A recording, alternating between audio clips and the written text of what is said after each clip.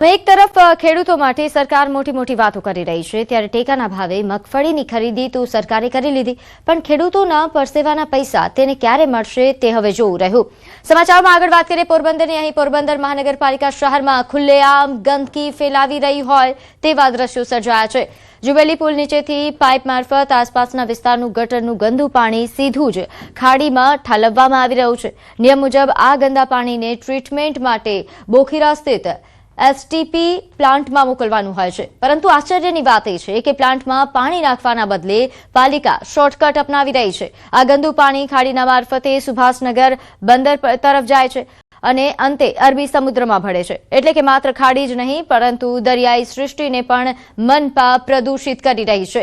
આ અંગે મનપાના ડેપ્યુટી કમિશનરે જણાવ્યું કે પમ્પિંગ મોટર ખરાબ હોવાથી આ રીતે બાયપાસ થઈ રહ્યું છે, પરંતુ વહેલી તકે આ ગટરના પાણી આ એસટીપી સુધી પહોંચે તે માટે કાર્યવાહી કરવામાં આવશે। યુઝ્યુઅલી અમારી લાઈન છે એટલે એમાં અમારું એમપીએસ છે એમાં ઇસ્યુ સર્જાયું છે। નીચાણવાળા વિસ્તારમાંથી અમારે એસટીપી સુધી પાણી લઈ જવાનું થાય તો અમે પંપ મારફતે લઈ જતા હોઈએ છીએ। એ પંપમાં ઇસ્યુ સર્જાયો છે, ટૂંક સમયમાં સોલ્વ થશે ત્યારે આ પાણીનો અમે નિકાલ કરીશું। તો ભાવનગરના પાલિતાણામાં આવાસ યોજનાના નોડલ ઓફિસર નિકિતાબેન પર આવાસ યોજનાના લાભાર્થી પૈસાની માંગણી કરતા હોવાનો આક્ષેપ કર્યો છે। વાત કંઈક એવી છે કે પાલિતાણામાં આવેલ મોટી રાજસ્થળી રોડ પર સીતારામ રેસીડેન્સી આવેલી છે, જ્યાં અરવિંદભાઈ મેર નામના વ્યક્તિએ તેમની પત્ની અને માતાના નામે 2 આવાસના ફોર્મ ભરી પાલિતાણા નગરપાલિકા પાસેથી 7 લાખ રૂપિયા લીધા હતા। જ્યારે આવાસ યોજનાના નોડલ ઓફિસર નિકિતાબેન સ્થળ તપાસે ગયા ત્યારે ત્યાં 2 નહીં પરંતુ 1 જ મકાન બનાવાયું હતું, જેથી નોડલ ઓફિસરે 1 આવાસના પૈસા પરત કરવા કહ્યું, જેની માંગણી કરતા હપ્તા દ્વારા આપવાની વાત લાભાર્થીએ જણાવી। જે હપ્તાની માંગણી નોડલ ઓફિસર ફોન કરી તેમજ મેસેજ કરીને કરતા હતા। લાભાર્થી ઓડિયો તેમજ મેસેજ વાયરલ કરી બદનામ કરવાનો આક્ષેપ નોડલ ઓફિસરે કર્યો છે। ઓડિયો વાયરલ કરતા સમગ્ર મામલો સામે આવ્યો। આ મામલે હાલ તપાસ ચાલી રહી છે। તેમના મમ્મી છે, એમના નામે 2 લાભ લીધેલા છે। એક એમના વાઈફ મેર અંજુબેન અરવિંદભાઈ, એક એમના મમ્મી મેર લાભુબેન ગોબરભાઈ, 2 લાભ લીધા છે અને ટોટલ મકાન એક જ બનાવ્યું છે। તો હું વારંવાર એમને કોલ કરતી હતી કે 3.5 લાખ રિકવરી કરવા માટે 2 વખત મેં નોટિસ પણ આપેલી। તો એમને એવું કીધું કે મારી પરિસ્થિતિ ખરાબ છે, મને હપ્તા સિસ્ટમ તમે કરી દો। તો મેં 30,000 હપ્તા પેઠે કરી દીધું। ત્યાર પછી એને ફોનમાં બ્લોક કરી દીધા, એટલે મેં એને મેસેજ પણ કરેલા। તો મારી પાછળ ગાડી લઈને આવ્યા અને રોડ ઉપર મને ધમકી આપી કે બેન મારા 3.5 લાખ તમે રિકવરી કરવાનું કહો છો, હું તમારો વિડીયો વાયરલ કરી દઈશ। જે ઓડિયો વિડીયો છે એમાં નાણાકીય બાબતની ચર્ચા થયેલી છે, પણ હકીકતલક્ષી તપાસ કર્યા પછી સાચી ખબર પડી શકે એમ છે। હવે વાત મિશન સેમિકન્ડક્ટરની।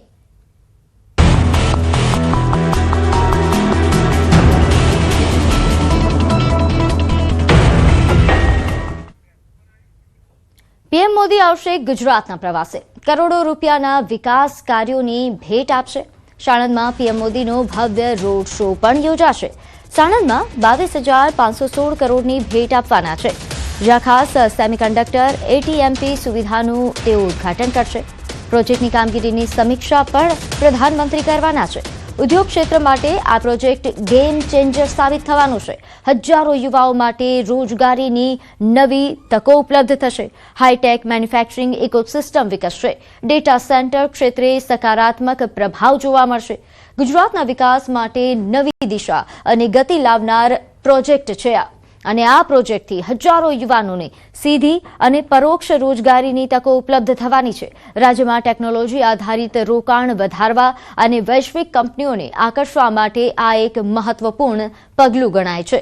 ગુજરાતને સેમિકન્ડક્ટર મેન્યુફેક્ચરિંગ હબ તરીકે વિકસાવવાના દ્રષ્ટિકોણથી આ યુનિટ એક મજબૂત પાયા તરીકે કામ કરશે।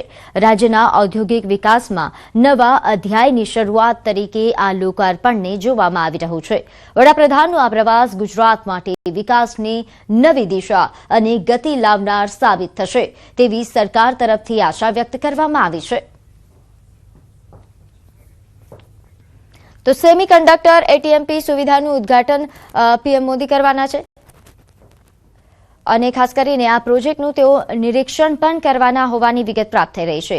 આ જે સમગ્ર પ્રોજેક્ટ છે તે યુવાઓ માટે ખૂબ જ વિશેષ સાબિત થવાનું છે, કારણ કે તેમને પ્રત્યક્ષ કે પરોક્ષ રીતે રોજગારીની નવી તકો બનશે.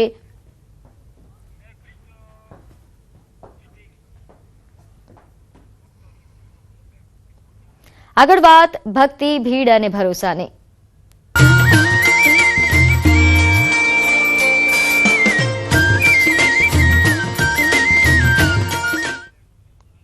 આગળ વાત કરીએ ફાગણી પૂનમ ઉત્સવને લઈને ડાકોરમાં માનવ મહેરામણ ઉમટી પડ્યું. ડાકોરમાં અમલી એકાદશીની ધામધૂમપૂર્વક ઉજવણી કરવામાં આવી રહી છે. વહેલી સવારથી જ મોટી સંખ્યામાં લોકો પહોંચી ગયા હતા.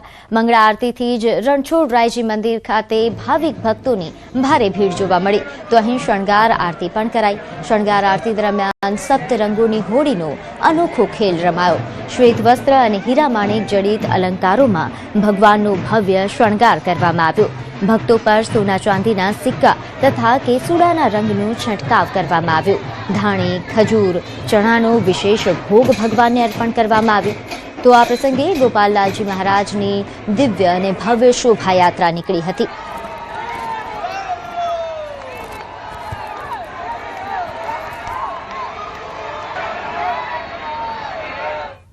તો દ્વારકામાં ફૂલડોલ ઉત્સવને લઈને ભક્તિમય માહોલ જામ્યો છે. ફૂલડોલ ઉત્સવને હવે ગણતરીના દિવસો બાકી રહ્યા છે, ત્યારે હજારોની સંખ્યામાં પદયાત્રિકો ચાલીને દ્વારકા પહોંચી રહ્યા છે. વહેલી સવારથી જ હજારો પદયાત્રીઓ હાથમાં ધર્મ ધજા લઈને સ્વર્ગદ્વાર મારફતે ભગવાનના દર્શનાર્થે ઉમટી રહ્યા છે. ચુસ્ત પોલીસ બંદોબસ્ત વચ્ચે ભક્તોએ શિસ્તબદ્ધ રીતે દર્શન કરી ધન્યતા અનુભવી હતી. ડીજેના તાલે રાસ ગરબાની રમઝટ સાથે સમગ્ર શહેર કૃષ્ણમય બન્યું. પદયાત્રીઓની સુવિધા માટે માર્ગમાં ઠેર ઠેર સેવા કેમ્પો ઊભા કરવામાં આવ્યા છે, જ્યાં ભોજન, ચા નાસ્તા, આરામ કરવા માટેની સુવિધાઓ, નાવા ધોવાની સુવિધા તેમજ મેડિકલ સુવિધાઓ ઉપલબ્ધ કરવામાં આવી છે. સેવાભાવી સંસ્થાઓ સાથે વિવિધ સમાજના લોકો એકતા અને સૌહાર્દનો સંદેશ આપવા સેવા કાર્યમાં જોડાયા છે. ધૂળેટીના પર્વ નિમિત્તે બપોરે 2 થી 3 દરમિયાન ઉજવાનારા આ ફૂલડોલ ઉત્સવમાં લાખો ભક્તો ભાગ લેશે અને કાન્હા સાથે રંગોત્સવની અનોખી મજા માણશે. જે ફૂલડોલ મહોત્સવમાં દ્વારકા જતા પદયાત્રીઓ માટે અમે એક સેવાના ભાગરૂપે એક નાનો પ્રયાસ કરી. અહીંયા બંને ટાઈમ પ્રસાદી મળે છે. સવારે ચા પાણી નાસ્તો હોય, પછી સાંજે રાત્રિ રોકાણ છે, અને મેડિકલની પણ બહુ સારી સુવિધા છે. પ્રાથમિક સારવાર અમે આપીએ છીએ અને વહીવટી તંત્રનો પણ ખૂબ ખૂબ અમને સહકાર મળે છે. છેલ્લા 14 વર્ષથી આ ખોડિયાર મંદિરે જ્યારે દ્વારકા યાત્રિકો પગપાળા જતા હોય એની સેવામાં હું કાયમ માટે મારો સમય ફાળવું છું. દ્વારકા યાત્રિકો જતા યાત્રિકોને અમને કેટલી ખુશી થાય છે એની સેવા કરવામાં, બહુ અમને મજા આવે છે. તારા પછી અમે સંઘ 2000 માણસો લઈને આવી છીએ. અમે 2000 માણસ આવી, કોઈ જાતની અમારે તકલીફ નથી, પાર નથી, અમારે ખાવાની કોઈ તકલીફ નથી. વગર માગે મળી જાય, જે માગી જોતું એ મળી જાય છે. નાવા ધોવાની, ખાવા પીવાની, ગરમ પાણી સુવિધા એટલેની વાત જવા દો. એવું છે હર એટલે હાથવે બધા દ્વારકાધીશના આશીર્વાદથી બસ અમે પોગી જાય અને અહીંયા ખૂબ બધાના સંસ્થાનો સહકાર મળે છે અમને. તો ભરૂચમાં હોળી ધૂળેટીને ધ્યાનમાં રાખીને પાંજરાપોળ ખાતે આત્મનિર્ભર ગૌ માતા પ્રોજેક્ટને પ્રોત્સાહન આપવામાં આવી રહ્યું છે. પ્રોજેક્ટ અંતર્ગત ગૌમાતાના છાણા હોળિકા દહન માટે ઉપયોગમાં લેવાશે, જેથી હોળિકા દહન માટે વપરાતા લાકડાના ઉપયોગમાં ઘટાડો થાય. તેથી પર્યાવરણ સંરક્ષણમાં મહત્વપૂર્ણ ફાયદો પણ થશે.